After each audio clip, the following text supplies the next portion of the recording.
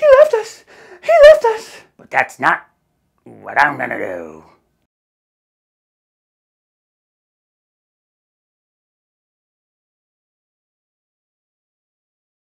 What the intention of this video is to maybe bring down the original a peg or two in efforts to, maybe not so much in efforts to bring the sequels up, but it shouldn't be such a step down. I believe Jurassic Park is like a A-, B+, where Lost World is like a B+, and Jurassic Park 3 is, you know, talk to me after class.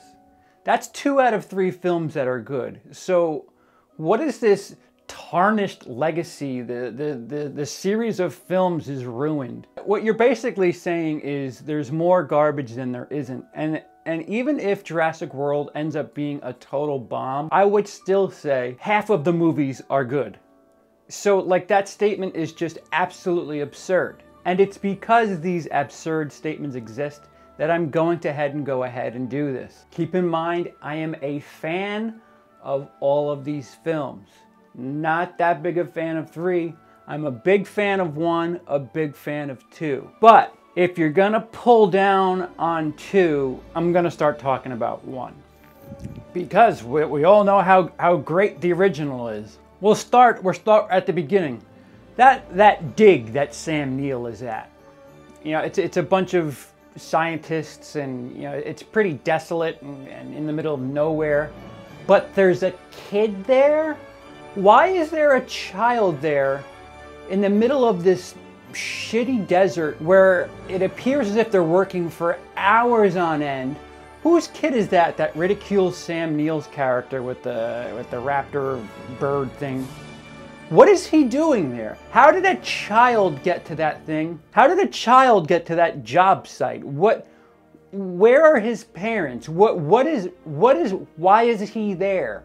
Is he somebody's kid? And if he is somebody's kid, why aren't they sticking up for him when Sam Neill scares the shit out of him? I wouldn't let some scientist scare the balls off my little kid like that. Yeah, I get that my kid's being a little dick, but don't scare him. I have to deal with him at night when he's all the stupid Birdman scientist scared him. That's why he can't sleep.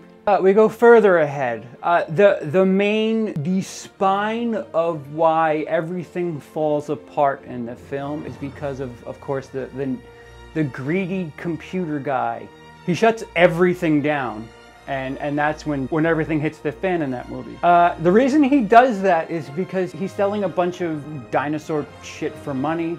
The reason he's doing that is because he's financially unhappy, which they talk about when there's an exchange in the film between Hammond and his character. The problem with that is you're beaten over the head with one line over and over and over. Hammond, throughout the film, we spared no expense. We spared no expense. Except when dealing with the one guy who controls everything regarding the computers, everything regarding the gates, everything that keeps the dinosaurs in the dinosaur area and out of the human area. That's where you decide to cut corners?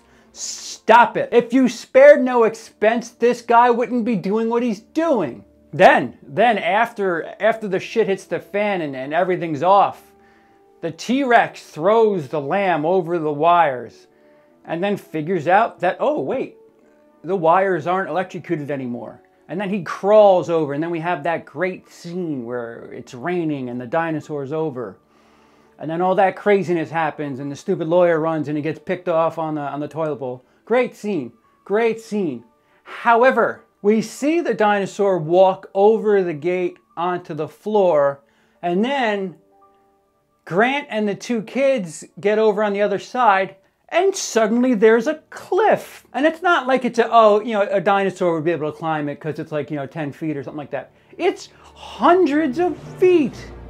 Suddenly, like, it's the biggest mistake I've seen ever. The biggest continuity mistake I think I've ever seen in a movie. The dinosaur, you could see him walk over into what is he standing on? Because the next shot we have of that space is just empty space. Really? Later on in that scene, they're in the tree and the truck is stuck. Now Grant and the little boy are coming down the tree. Let's implore the Prometheus logic here.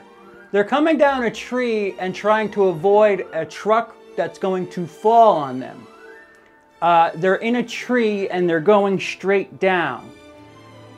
Trees are round and have branches all over them. So for everybody that talks shit about Prometheus, oh, running in a straight line from the thing that's coming down, let's do that here. Let's be fair, trolls. You gotta be fair.